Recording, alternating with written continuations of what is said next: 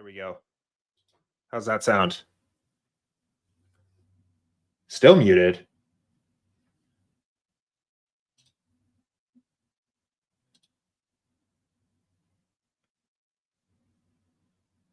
Good now.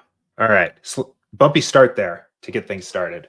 All right, cool. Well, welcome to SaberSim's Office Hours.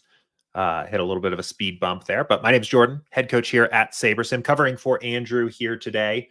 We've got a couple questions in our queue. We've got one question in our queue, actually, for today about lineup rules. So we'll get to that here in just a moment, but a good day to fire away questions into the YouTube chat, into the Discord server, the Office Hours channel. If you have questions, we've got a 13-game baseball slate on tap, so we could do some test builds here and just kind of see how things are looking, play around with the Sims. We did, as of this morning, release a brand new pro video into the Discord server. So if you are on SaberSim Pro or SaberSim Ultimate, you do get access to these special paywalled videos for that plan only. If you haven't seen them before, a lot of times it is me talking with somebody else on the team and really kind of going deeper into a particular sport or contest type or part of SaberSim or just some DFS theory stuff. If you've watched a lot of the videos on the YouTube channel and you want more content, especially stuff that's going a little bit deeper, more advanced stuff, those pro videos are really awesome to check out. A really cool perk of the pro and ultimate plan. So there is a new one in the Discord server as of this morning. Had the entire models team, as we call it internally here, which is Matt, Will, and Eric, on today to talk about baseball contest sims, really going deep into what's going on behind the scenes when you run them for your builds and for contest flashback, the biases and the limitations of the contest sim, things you should be looking for, ways in your process that you can kind of mitigate some of those biases or make your builds a little less fragile to them. So yeah, looks like we already have some folks in the chat here that watched it and enjoyed that video. So the goal of that going forward is to be getting one of those out monthly. So should expect a monthly pro or ultimate video. They're a lot of fun to record, a lot of fun to watch, or at least I hope they're fun to watch. So anyway, check that out if you haven't seen it already. But let's get to our question here that we have. And now we've got a few more in Discord already. So perfect there. Let's chat about this one here. This is from Astro Pepper. Get this pulled up on the screen. On tonight's DK Classic main slate, is there a way to build MME lineups but limit the number of players from 705 to 720 to occupy only 4 or 5 or 6 of the 10 required positions to leave some remaining spots open for late swap opportunities? So you certainly can do this. There's not really a good way to do it in an automated way. We don't have the game start time as an attribute for the players. We do have this for golf. So like for tee times, you can set up rules and say guys need to tee off. You know, I want 4 guys teeing off before noon or something like that. Don't have a great way to do that for baseball. So you certainly can. Easiest thing to do would be to just add a grouping rule and say, you know, no more than 5. But from here, it is going to require you to go through and check the individual players that you want in this rule. So, you know, going through real quickly and adding each individual player, which is a little bit tedious, to be honest. I think, I mean, you could certainly get it done. You know, especially we'll have most of the starting lineups out, especially for those games before lock. That would be a decent way to do it. Another thing you could do is, trying to think this through here. You could say something like you only want to create stacks of the late games. I realize that's not exactly what you're looking for. I think either way, it's going to be a little bit of a manual process. The one other thing that came to mind here to me that you could do is you could export the player projections. So grab the CSV and then create a custom metric, basically, and maybe just put every player in a CSV here. I'll kind of just show you what this would actually look like rather than just trying to explain all this. Let's see. Let's try it like this. So we can pull up, you know, this CSV and maybe just go just ID and team. And then Whoops, that didn't have the effect that I wanted it to there. Let's see. Opponents. And then, something like, really, you could just call this whatever, like custom, and then say for players on the teams that you want to create this rule for, they could be, so I'll just do it for Cleveland, just as an example here. So filter by Cleveland and say that this is 1. And then filter by not Cleveland. And I don't even know if this is probably faster, but a little annoying. Filter by 0. But I'm curious to see if this actually even works. And you probably don't even need all the players. Actually, now that I'm thinking about this is literally every player in the player pool. That's probably a little bit overkill, but that's fine. You could just eliminate the players that didn't have a projection at all and then have a little bit of a smaller sheet. And now if we take this, and actually we could probably now also just delete this column. SaberSim here. Let's see if this works. I've never actually even tried this. Okay, and now we call this a custom column, and we're just going to call it custom. Custom. Okay, and now if we make an automatic group and say use no more than 5, say, where the requirement is custom is, I guess 1 and 0 is a weird way to have done this. So let's just assume the group Cleveland in this case is representing the group of all the teams on this early game. So we're saying only 5 if they're equal to 1, basically. And now if we create that group, let's see. Oops, did that do what we expected it to? It did. Okay. So that's actually probably the fastest way to do it, which is kind of weird. Because we don't have those game start times as an attribute you can use. So basically what we're doing is we're creating a custom metric for the game start time. And actually, now that I think about it, I wonder if, do we have game start times already in here? We don't. So we don't have game start times in here. That would be, I guess if they were in here, they'd be already available in the app. So that's kind of the idea. I actually think that's probably the best way to go about doing it. If you wanted to go that route, would be to basically create your own custom data column for something that represents the game start time, and then just make sure it's numerical because the stat requirements are expecting a numerical greater than or less than. And then you can just say, it could be any number you want, and then you can just create the group rule accordingly there. So let me know if that helps answer the question. I realize that's maybe a little bit confusing if you haven't done custom data or the lineup rules using stat requirements before. So let me know. This is a good question.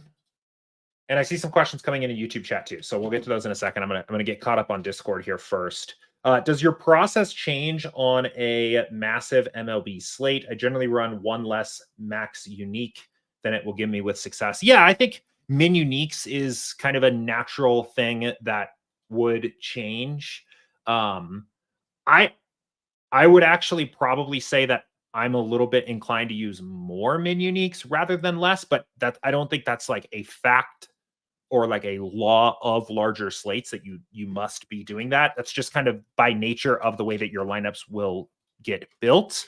You'll have a little bit more flexibility to build lineups with more min uniques. What is going on here?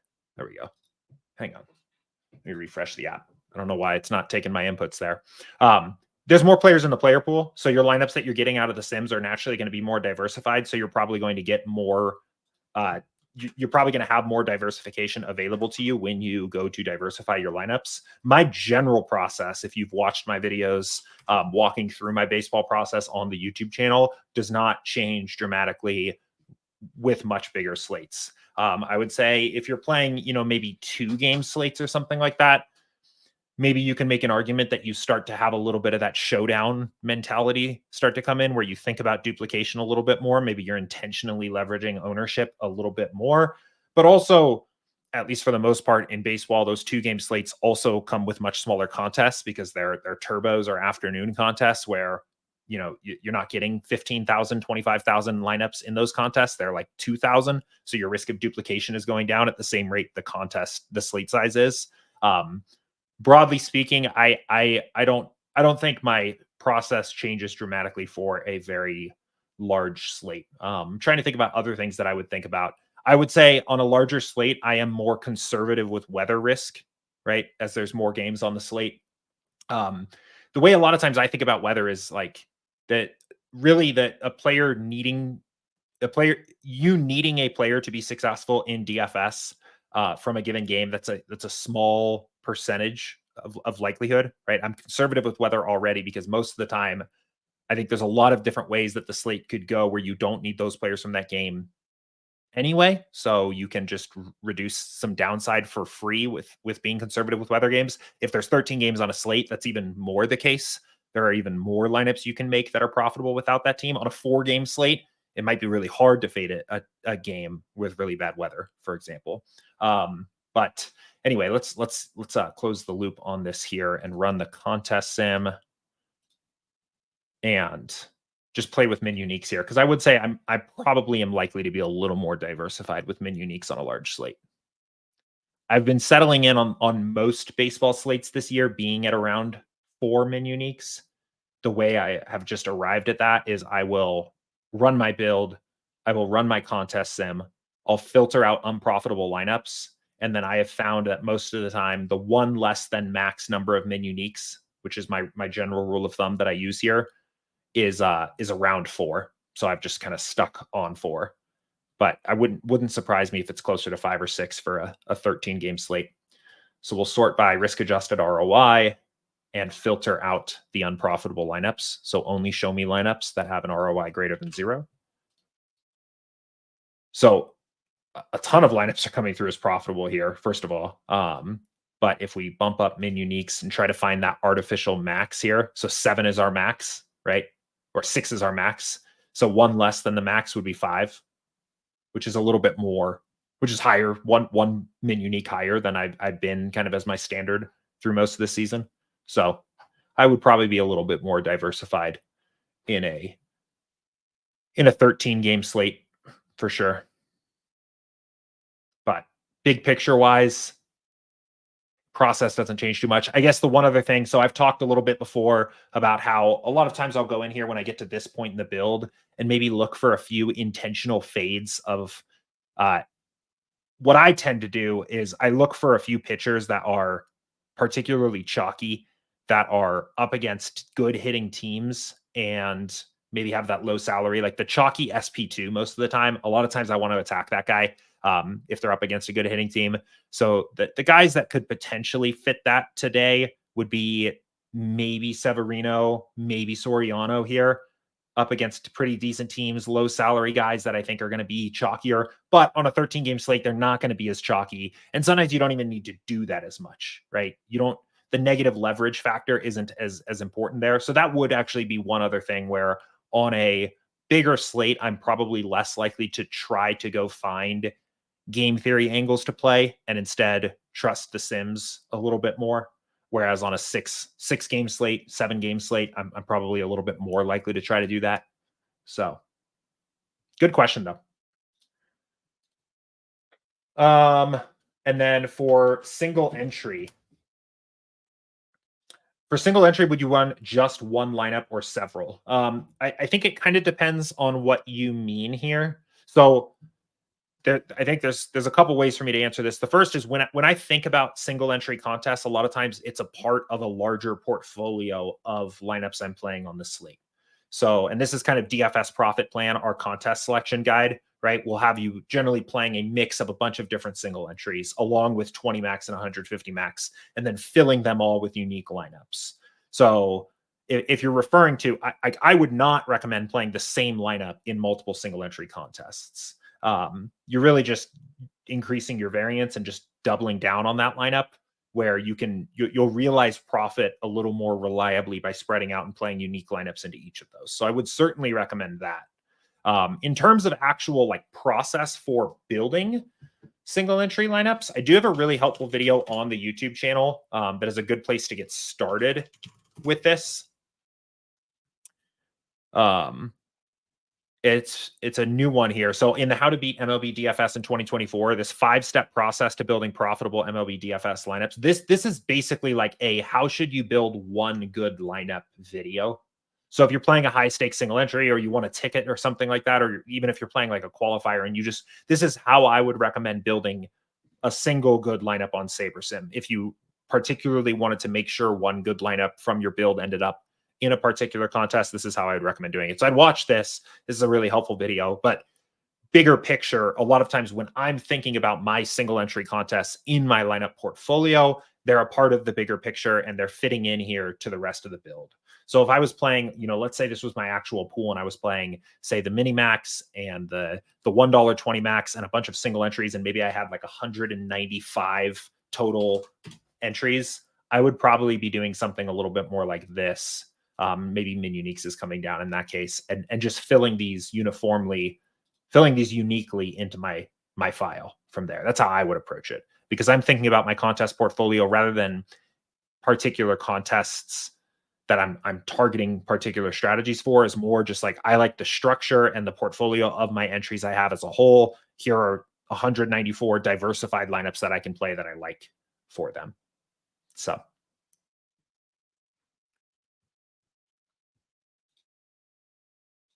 okay, let's get back up onto the top of the YouTube chat here. Chuck says, I had an idea to take the highest and lowest sim ROI lineups from Flashback and sim those lineups in the pre-contest sims. What are your thoughts on this approach? I usually notice 40+%. I think I lost a message here because the next one I see from you, Chuck, says 40+% ROIs would be a good guardrail. I think I get what you're saying. So you're basically saying, like, taking lineups in Flashback and seeing how did your best lineup in Flashback, how would it have simmed pre-lock, or how did it sim pre-lock? Then what was your worst performing lineup in Flashback, and how would it have simmed pre-lock? So yeah, this is interesting. And I will say, going back to the pro video I talked about at the start of the stream, this kind of stuff, the biases of why is a lineup that grades out well pre-lock coming back negative post-lock, how can we mitigate that? That is the kind of stuff we talked about in that entire pro video from this morning. So if you're interested in this is definitely more kind of advanced stuff. I would check that out. In terms of this process, I mean, I think there's a couple things going on here. One, if you set a higher projection floor or a higher ROI floor of, say, 40%, for example, like, I think you are going to be directionally more accurate in making sure your contest flashback sim ROIs are higher, because you're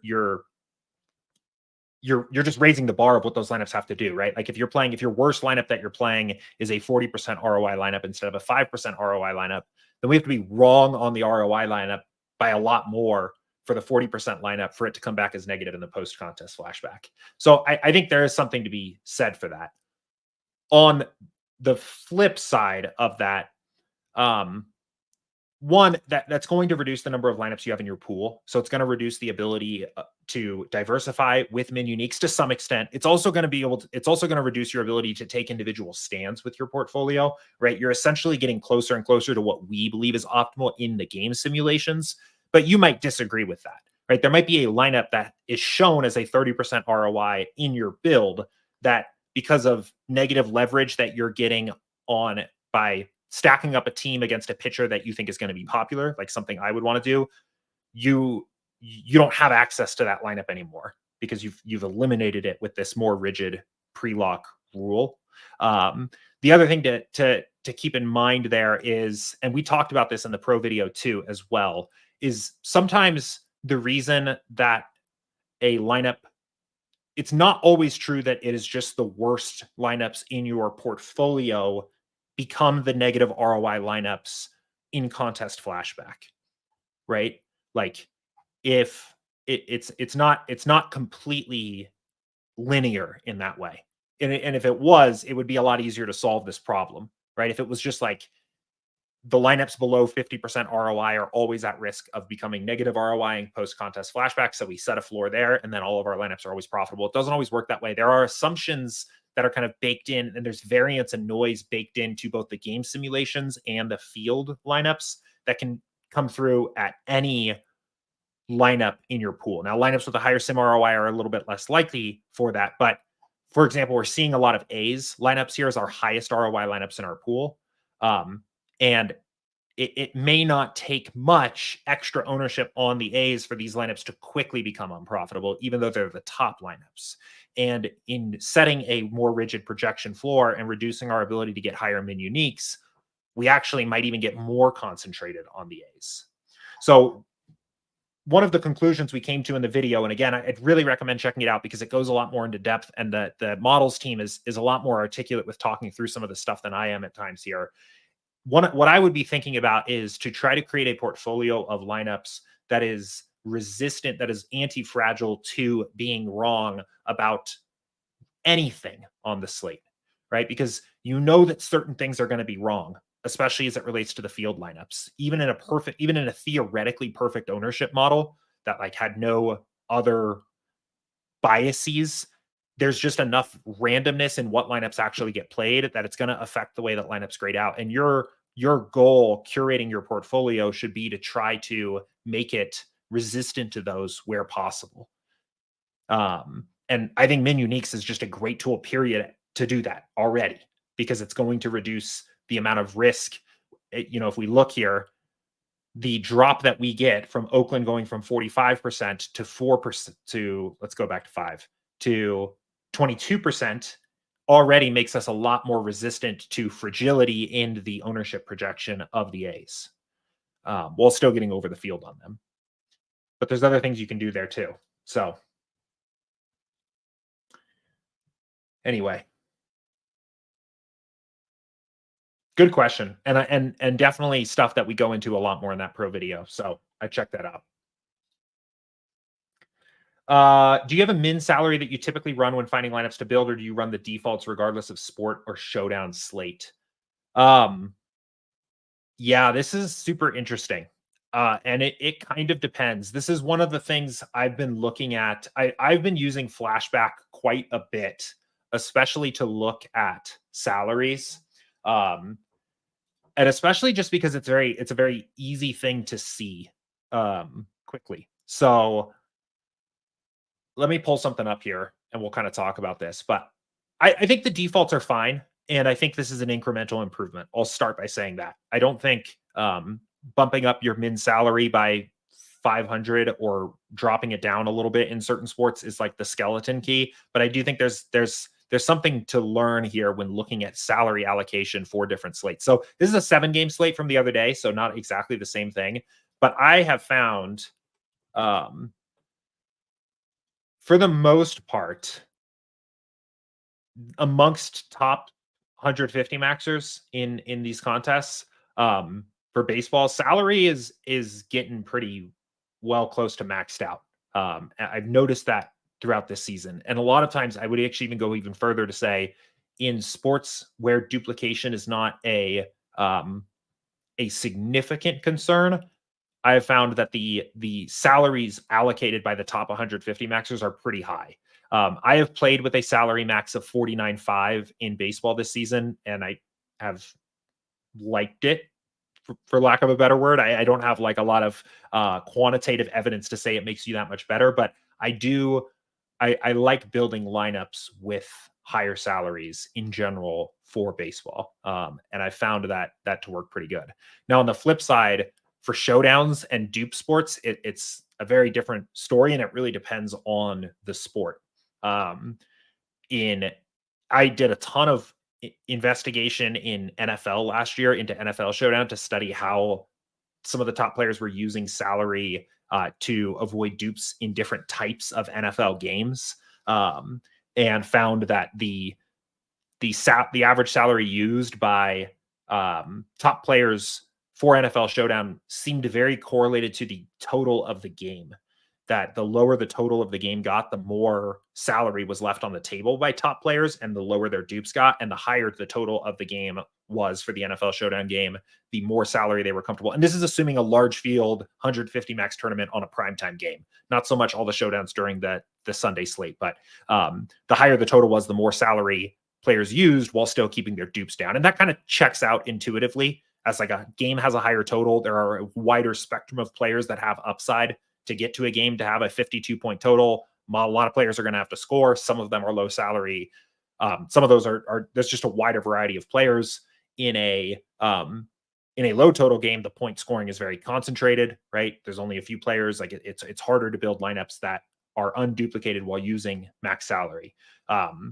In NHL Showdown, which I actually have a video coming out most likely next week, right before the Stanley Cup Finals starts, just to give you guys some content right to the edge of the NHL playoffs here.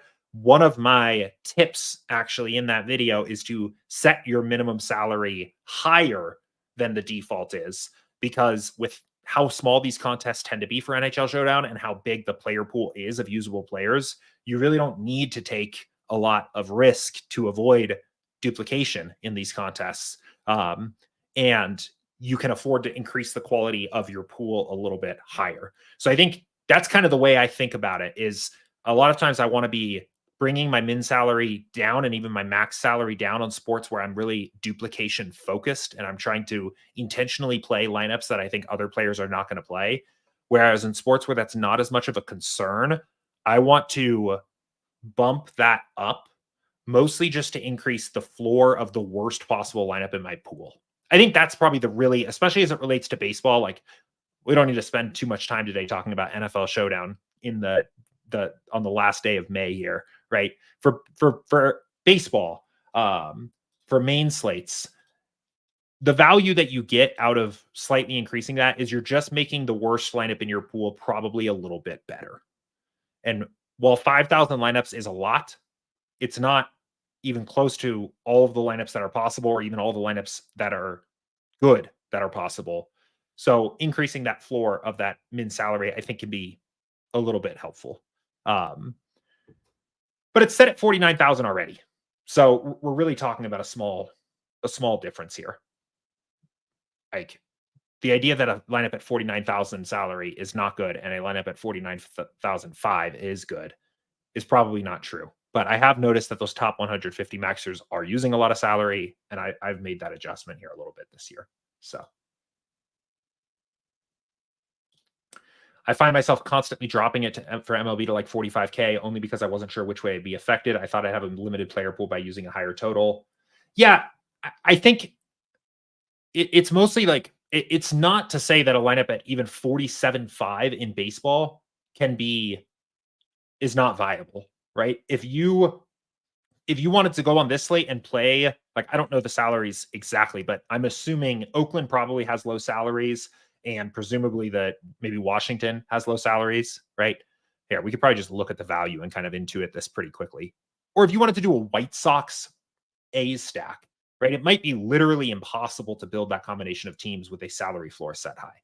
So, and that lineup is perfectly viable, right? Those teams are going to have upside. They can have upside together on the same slate. I just think, I don't know if you need to do it. And I don't know if I want spots of my lineup pool occupied by those teams. Like, I think those teams are maybe a little bit less likely to sim well in contest sim anyway, and then you are just trashing them. So this is another good example, going back to the question from before too, of maybe on a larger slate, maybe you're a little more willing to do this. And you'll notice that is already how the min salary defaults work. They will, especially on small MLB slates, will start to drop. That's kind of why. But for a large slate, I don't know if it's needed. So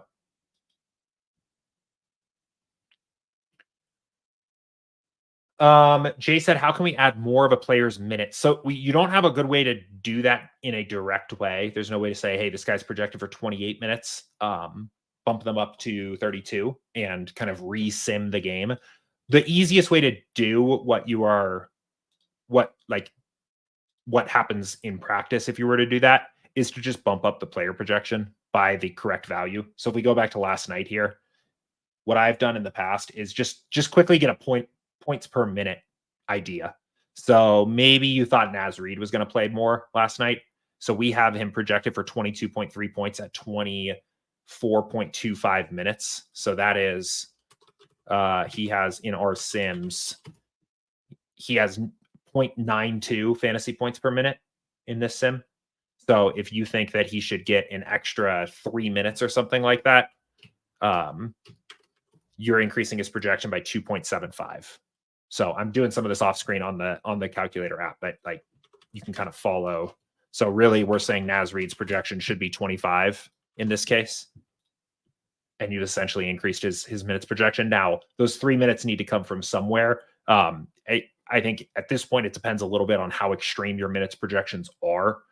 One thing that I've done is, you can kind of just eyeball where you think those minutes are going to come from, depending on who the player is. So maybe in this case, like really what we're saying is we think, Towns and Gobert are going to play a minute less a piece, and maybe Kyle Anderson plays a minute less, something like that. And so you're bringing these guys down. The bigger the original adjustment, the more you probably want to be cognizant of the effect of that, right? If you're bumping up a player by 3 fantasy points, that's probably within the range of error of this player's projection anyway. So, maybe not needed too much.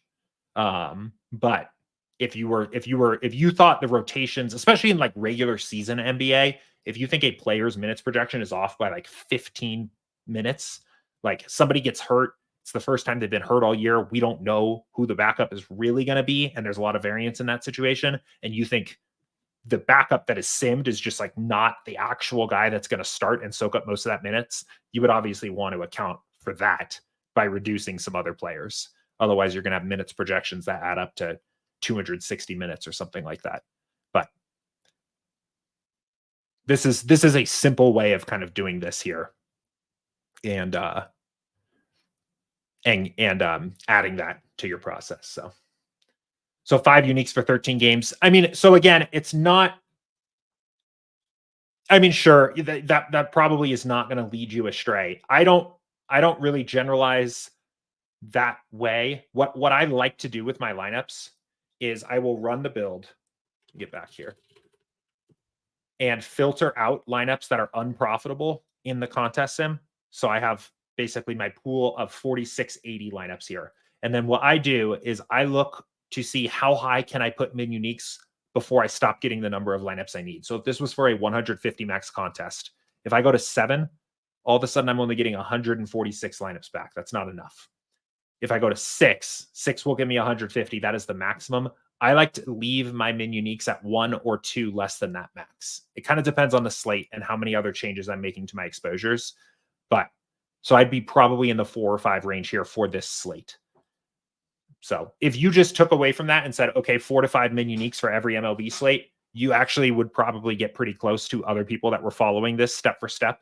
But it is kind of important, I think, to note why that number is what it is and where it comes from, rather than just writing it down on a piece of paper and saying Jordan said 5 min uniques. Because then it lets you do the same process for other sports and things like that. This is the same process that I use for navigating min uniques most of the time. So Jay says, should we cap hitters at 65% to not get garbage guys? Honestly, apart from very small slates, you probably won't even ever see a hitter at 65% period with this approach. It's pretty hard to get that high. Maybe on like a Dodgers at Coors type slate. But at that point, those guys are going to be so high owned, you have to have really high ownership. You have to have really high exposure to get over the field on them anyway, if that's what the contest sims want you to do. So I don't end up doing a lot of manual capping of hitters because it doesn't seem to be a problem in my builds. I rarely am like getting out of control exposure on any given hitter for the most part. Like I'm totally fine with I mean, some of these A's guys being at 25-ish%. That's probably fine with me. So, but if you get to this point in the process and you have built your lineups, run the sim, filtered, diversified, And you're looking at some of these guys and like, especially looking at the leverage column and thinking, man, do I need 15 percentage points of leverage on the Oakland A's today? And your answer is no. Like, you can certainly set max exposures here and bring some of this down. Even sometimes just setting a max exposure to one of them will have the effect of bringing a bunch of them down because they're correlated in your lineups. So you can see like immediately that is smoothed out our leverage. And that's a good use of your time here at this point in the process to look at your top leverage hitters, look at your negative leverage hitters, your pitchers too, and make a decision if you're comfortable with the stands that you're taking in your lineups, the associated risk, and so on there. So Pope says, what is your post-lock late swap looks like? Should we run a late swap before the start of the next game by ROI? Do we change anything else? Thank you. Yeah. This is kind of a tricky one for baseball. I think first, if your goal was to strictly do everything optimally, so you are basically trying to maximize your expected value of every lineup at every point, I think it is probably best practice to run a new late swap build before the start of every game, re-contest sim it using the live sims, right? Using the live data about what opponents are in your contests and what has happened in the games that have already started. That is probably best practice from purely maximizing EV. In reality, it's a long summer with a lot of baseball games. I can't say that I do that every single time I play MLB DFS. For a slate like tonight, I might, keep an eye on things, like put things in at lock, let it ride all the way to maybe, 545-ish, kind of see how things are looking. Certainly you want to keep an eye on the news, right? If a player gets scratched or a lineup changes or a lineup comes out in the late games, that's something we need a late swap for, period, right? But maybe see how things are kind of looking at 610. I have a tendency on nights where it looks like I'm doing pretty well, right, to maybe be a little more diligent with those in-between game swaps. Because if I have a lineup that, maybe it's the A's stack, right? Maybe the A's go off and all of a sudden it's like, oh, they have 7 runs through 3 innings or something like that. And it's like, hey, I had a lot of A's. Now I might be a little more diligent with coming back before these 6-10 games lock, rerunning that swap, and re-optimizing for ROI, because now I really want to maximize my shot there, right? Maybe some of those A stacks had, I don't know, there's a lot of different things. Maybe some of those A stacks were also paired with a lot of Dodgers or something like that. And the initial field lineups that we're getting show that, people used a lot less salary than we expected. So all of a sudden the Dodgers ownership projections have gone up, and it's maybe those lineups are now going to be competing with a lot more Dodgers. So long story short, like, if you are seeking maximum EV on every single lineup you play in every contest, the best thing you should be doing is rerunning a swap before the start of each game to capture the live sims and the live field lineups that are coming in. At least on DraftKings. On FanDuel, we don't have that same live data, but on DraftKings, we do. In practice, a lot of times you're talking about pennies on the dollar of EV for those, unless there was significant news. So it's a long summer, a lot of slates. I think if you instead took an approach of saying, I'm going to swap when a player gets scratched or a lineup changes, you would probably be fine. And you're probably only adding a little bit of value there. But yeah, for maximizing EV, that would be best practice. Another way you can kind of do it is a lot of times, like, and I think a lot of people do this, say after the 5-10 games lock, say we've got 6 games on this slate locked, I'll go through and poke through my lineups and just look at ownership projections and see. And you can get kind of a sense of like who was going to be chalky ahead of time. And if you're looking and it's like, Toronto's a good example because it's an early team, right? We think Toronto's going to be pretty popular here. And if you're going through and you're looking at your Toronto lineups and it's like, hey, wait, nobody played these guys. Toronto's way lower owned than expected. That actually might be a good signal to you that you do want to be more intentional about getting a swap in before at least maybe the 6-10 game, but maybe even this A's game, because suddenly you've got this team that in your original lineups, we built this team assuming they were going to be chalky and built teams accordingly based on that. But now they're not. So now we can swap in the remaining players around them. And that could be something you do a little bit more qualitatively, where you're checking the field lineups against the ownership projections earlier on and just seeing, does anything really jump out to you? Or maybe it's a pitcher, right? Maybe nobody played Tanner Beebe, right? Like comes in at 12% owned, and that kind of stuff doesn't happen all the time. At least, I mean, I don't think so, where there's dramatic changes in ownerships, but maybe he's way lower owned than expected. And all of a sudden you can be swapping some of those BB lineups that you played into Dodger stacks because you're getting leverage on the pitcher spot in a way that the original contest sim didn't think you did. So this question is written, what does your post lock late swap look like? So in full disclosure, most of the time when I'm playing, I will check in. One, I have the notifications turned on, and I'll kind of keep an eye on things and really look out for a player getting scratched that's in my lineups. If I have that player, I'm running the quick swap to get them out of my lineups, and then I'm running a late swap to rebuild. And then apart from that, a lot of times I'll just keep an eye on how my lineups are doing throughout the slate. And if it looks like I've got something going and a lineup that looks like it has a shot, I'll be a little more intentional about getting swaps in for the last couple blocks. But as a wearing the DFS coach hat, if you are maximizing EV in every single lineup, you should be swapping before the start of every game, at least on DraftKings.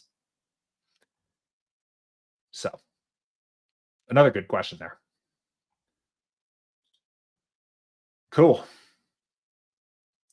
What else we got? 104 of you hanging out with me here today on this Friday afternoon. I appreciate you joining the stream. I'm sure many of you guys listening along, watching along here, maybe while you're finishing out the workday. So appreciate people hanging out. Any other questions for me today? I believe Andrew will be back tomorrow for the Saturday morning show. We do one at 11 o'clock Eastern on Saturday mornings. It's kind of especially an opportunity for people that don't have the opportunity to see these shows live during the week at all. Saturday morning show is a really good one to tune into there. So yeah, fire away. Jay says, how do you late swap if a player's scratched? Okay, yeah, so we can kind of demo this here. Let me real quick. I'm not going to be able to play this slate at full volume today, but I will show you with a real entries file for tonight so we can actually kind of demo this. Let's do the quarter, just so we have an entries file to use here. Unless I get location checked on DraftKings. Nope. Okay. So we've got our entries file in here. And let's go back to this build here and say that we're playing 20 lineups. And we fill this and we download. And then we'll go ahead and upload it too. Okay, so these are our lineups. Okay, so now it is post lock, right? So now it's after lock. So what we want to do, and let's see. So first of all, let's say Brewers pitcher gets scratched. Wait, that's not what I wanted to do. Let's say Brewers pitcher goes to 0 projection, right? Essentially gets scratched. First thing you're going to see is this red lightning bolt go red. You'll also get a notification here. And if you are allowing, like first, you want to make sure you're allowing these notifications, right? First, but if you've allowed browser notifications, you'll get a notification from SaberSim in your browser saying, hey, this player's out. So first thing that you should always do in that case is get them out of your lineups using the quick swap.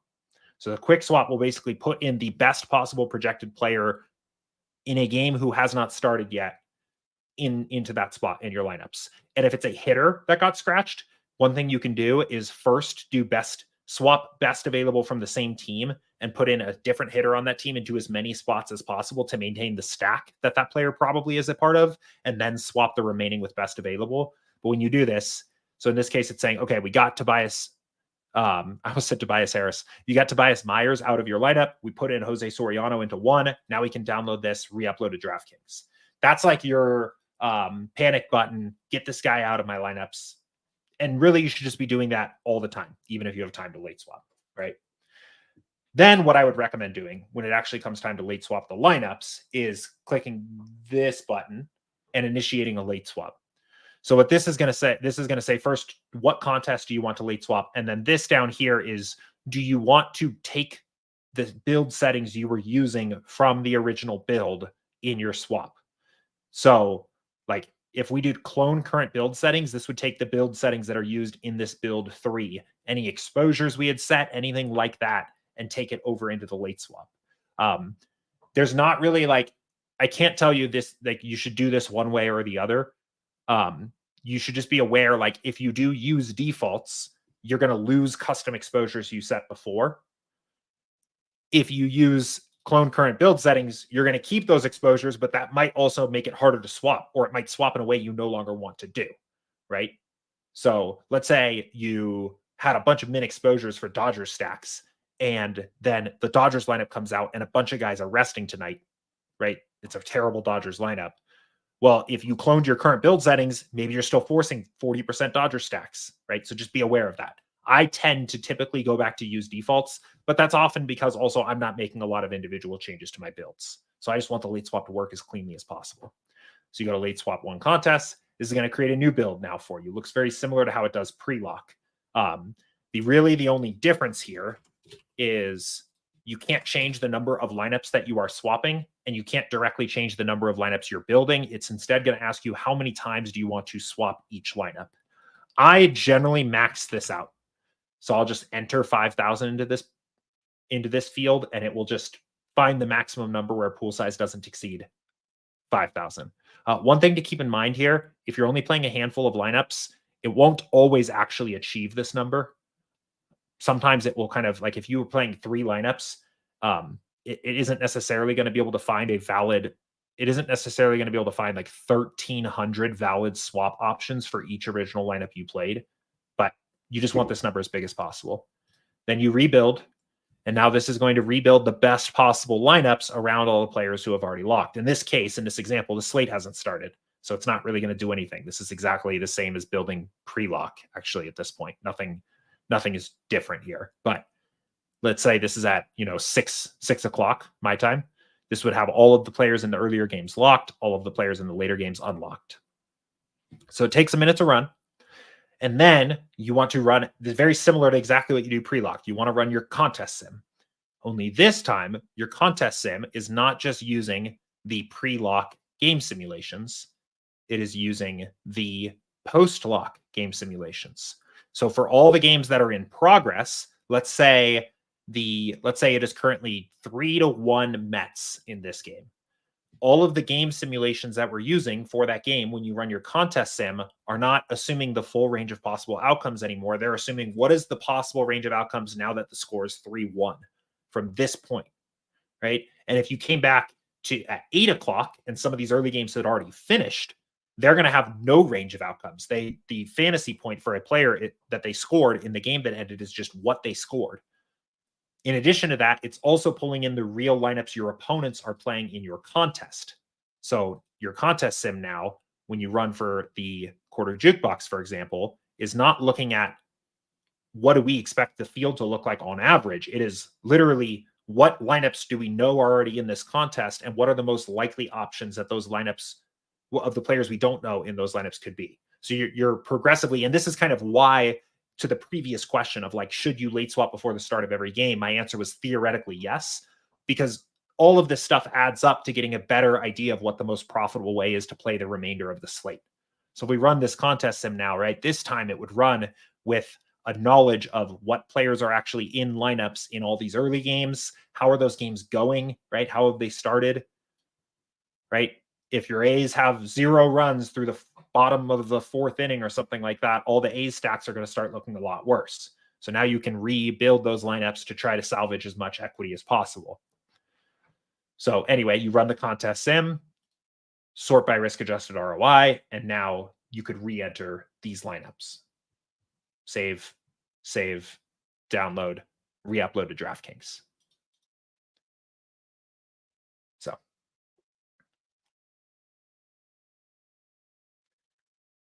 All-Star DFS says, if a lineup has a positive ROI but is duped 100 times, as an extreme example, that is technically still a good lineup to play. Do you think heuristics like under 5 dupes are made up, or are they valid? So if you had, as a hypothetical, if you had a perfect field, so you knew exactly what lineups your opponents were going to play, and you also had a perfect game simulation, so you knew there was no biases in your game simulation. You could come up with all the possible game scripts of the way that the game could play out. And you ran a contest sim on that, and you had a lineup that was duped 100 times and it was showing a profitable ROI. That lineup would be profitable. And if it was the best possible lineup in your pool, it would be the best lineup you could play. That would be solved. That is just true. Right?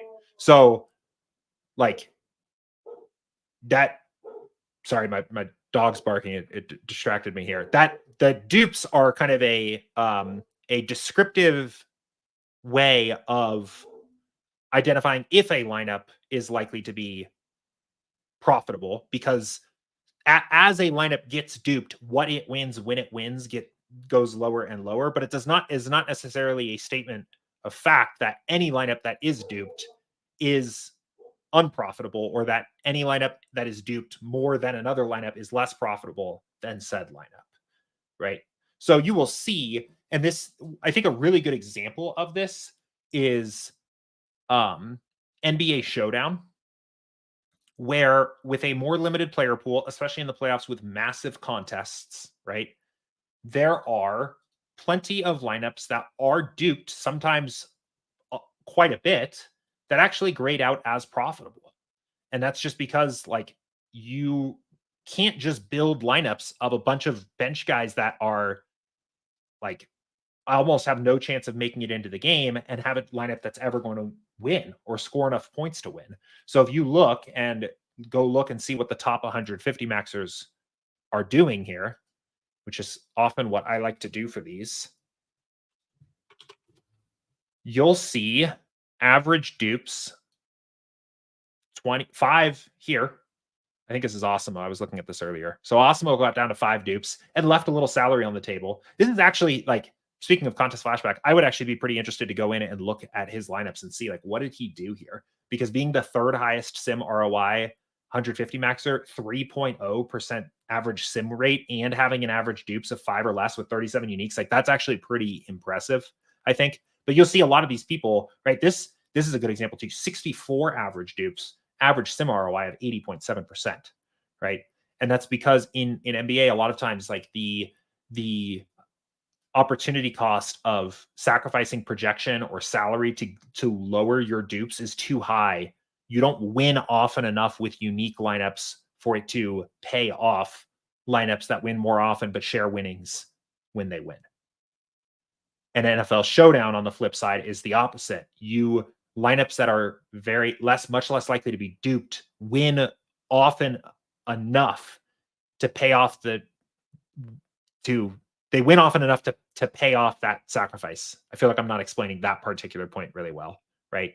Like, another way of thinking about this is lineups that are duplicated or duplicated more are often more likely to be the winning lineup, because players are using projections and tools that generally give you a good sense of direction of, like, what lineups are likely to score more on average. Lineups that are more unique or less duplicated are less likely to be the winning lineup, because a lot of times you are sacrificing average expectation to get there in the form of salary or projected score. But it is sport dependent and contest dependent and even slate dependent where the trade-offs actually line up. Is it worth it sacrificing average expectation to lower your dupes? Does the lineup projected to do worse on average get there often enough to achieve a positive ROI or not? And in NFL Showdown, that the answer is it often does, because players can get 99th percentile upside on a single play. In NBA, it often doesn't, because there aren't any players that can get 99th percentile upside on a given play. So you have to play players that are projected well on average. So, yeah, I think we kind of went in a circle a little bit there. but it is a good, and this is just a good question when you're kind of thinking about DFS in general, because there's a lot of things like this where dupes is a measure to describe a thing that we know is generally true. And that is, the more a lineup is duplicated, the lower its EV gets, right? Like if you could play a lineup and it's unique, that is and the lineup is static and it's unique, that's going to be a higher EV than if it was duped 5 times, right? And we kind of broadly know generally that it is true that we want less duplicated lineups in sports where that's something we need to think about.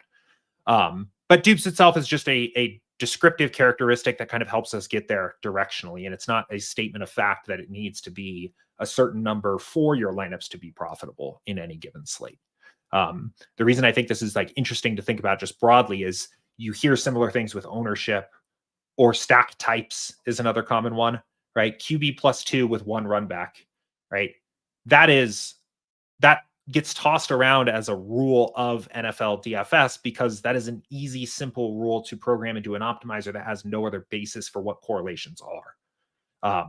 Capping your maximum ownership at 125% is a simple rule that could be programmed into an optimizer because it has no other knowledge about how ownership should be navigated on a slate.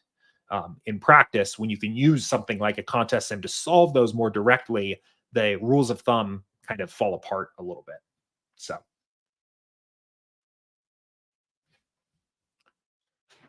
if you're always playing a unique lineup, then it's probably too unique, because if the lineup is actually that good, eventually others would start playing it, if that makes sense. Yeah. And so the other thing, and there's a rabbit hole that you can go down here.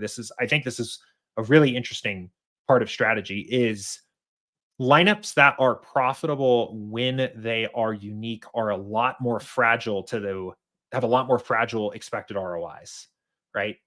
So a lineup, like if you let's say you have a lineup that, and this is really interesting. Let's say you have a lineup that you're expecting to be duped 10 times, and you have a lineup that is expected to be unique, and those lineups have the exact same ROI. I would always rather play the lineup that is expected to be duped 10 times, because if you are wrong on that number, it is going to be less damaging to that lineup's expected ROI. If it comes in duped 12 or 13 or 14 times, its ROI is going to drop, but that lineup was already simmed, assuming it was going to be duped some of the time. And it also has upside there. If people just suddenly decide they're not going to play that lineup a little bit, maybe that lineup comes in 5 times, your ROI is actually going up. But that unique lineup, expected to be unique, if it was even duped just once, sometimes that just craters the EV. Like the only reason that lineup was, and you'll notice this especially in NFL Showdown with extremely top heavy GPPs, like Millie Maker, Monday Night Footballs, things like that. But like a lineup that is unique and is expected to be unique can have a very high ROI because it wins everything when it wins. But if it gets duped once, its EV is cratered. It goes down significantly. So yeah, it is interesting. And this is true as well. The point you're making here. Like, I don't think it's not as if a unique lineup is just automatically bad because why did nobody else play it? But lineups that appear to be unique by sim tools like SaberSim or any of our competitors or anything like that are increasingly not going to be unique because other people are going to find them. And that's something we're aware of. And that is a very tricky positive feedback loop to kind of solve for, right? Because the input affects the output. What we say, if we say a lineup is going to be unique and it's positive EV, well, and it is only plus EV because it is expected to be unique, well, now it doesn't take many people to ruin that lineup. So really interesting. I think showdowns and heavy duplication sports are some of the most interesting DFS game types at the moment to play and to think about, especially in the 2024 DFS ecosystem. Like they're really, and I'm really excited for this year of NFL Showdown for that reason, because I think it's going to be a really fun, I just think it's going to be a fun game state Like the games have certainly gotten a little bit tougher. NFL Showdown maybe less so. There'll be a lot of casual and recreational money coming in there. But like it will be interesting to play NFL Showdown now that people, it's basically a year of sim tools being around, and I think people, sorry, a year of contest sim tools being publicly available, including ours. And I think people have really gotten comfortable with them, and a lot of people have, at least people that are deep in this space, have a good understanding of how they work and what they're doing. And it will be interesting to see how people play the dupe game this year. And NFL is interesting too because the contests are enormous. So there's lineups that are going to be duped 500 times, 1,000 times, probably on opening night. So it's really fun. And that's not to say that main slates are not fun either. They are, but I think there is less to kind of think about there personally, in terms of like what you're solving for. So, but yeah, the showdowns and the dupe sports are a lot of fun. MMA is also a blast for a similar reason. So yeah, All Star says big into MMA DFS. Yeah, MMA is a lot of fun for exactly that reason. Tennis is fun too. I like tennis for a similar reason. So, all right, let me see if we have any other questions here. I don't see any coming in. Looks like we are all caught up. So we'll go ahead and cap things off here today for the show. Appreciate everybody that hung out with me here. Good luck on this 13 game slate here tonight. Good luck in any other DFS endeavors that you have going on. And yeah, Andrew will be back tomorrow morning. Should be at 11 o'clock Eastern, if I remember correctly. So the Saturday morning show, and then we'll be back again next week on Monday. So appreciate you guys. If you are, last thing before I note, if you stumbled upon this for the first time here, this is your first SaberSim office hour stream. First of all, welcome. It's good to have you. Second, we do have a free 5-day trial on our site, sabersim.com. So if any of the tools that we've been walking through today look cool or interesting, you want to dive into contest flashback and see how Awesomeo got a 3% win rate with 5 average dupes in his portfolio last night, or any of these other top players, how they were doing this, or you like the contest sims and the late swap, like we talked about a ton of stuff today. 5 days totally free on our site, sabersim.com. You can come check it out. So in the meantime, I will see y'all later and take care. Thanks.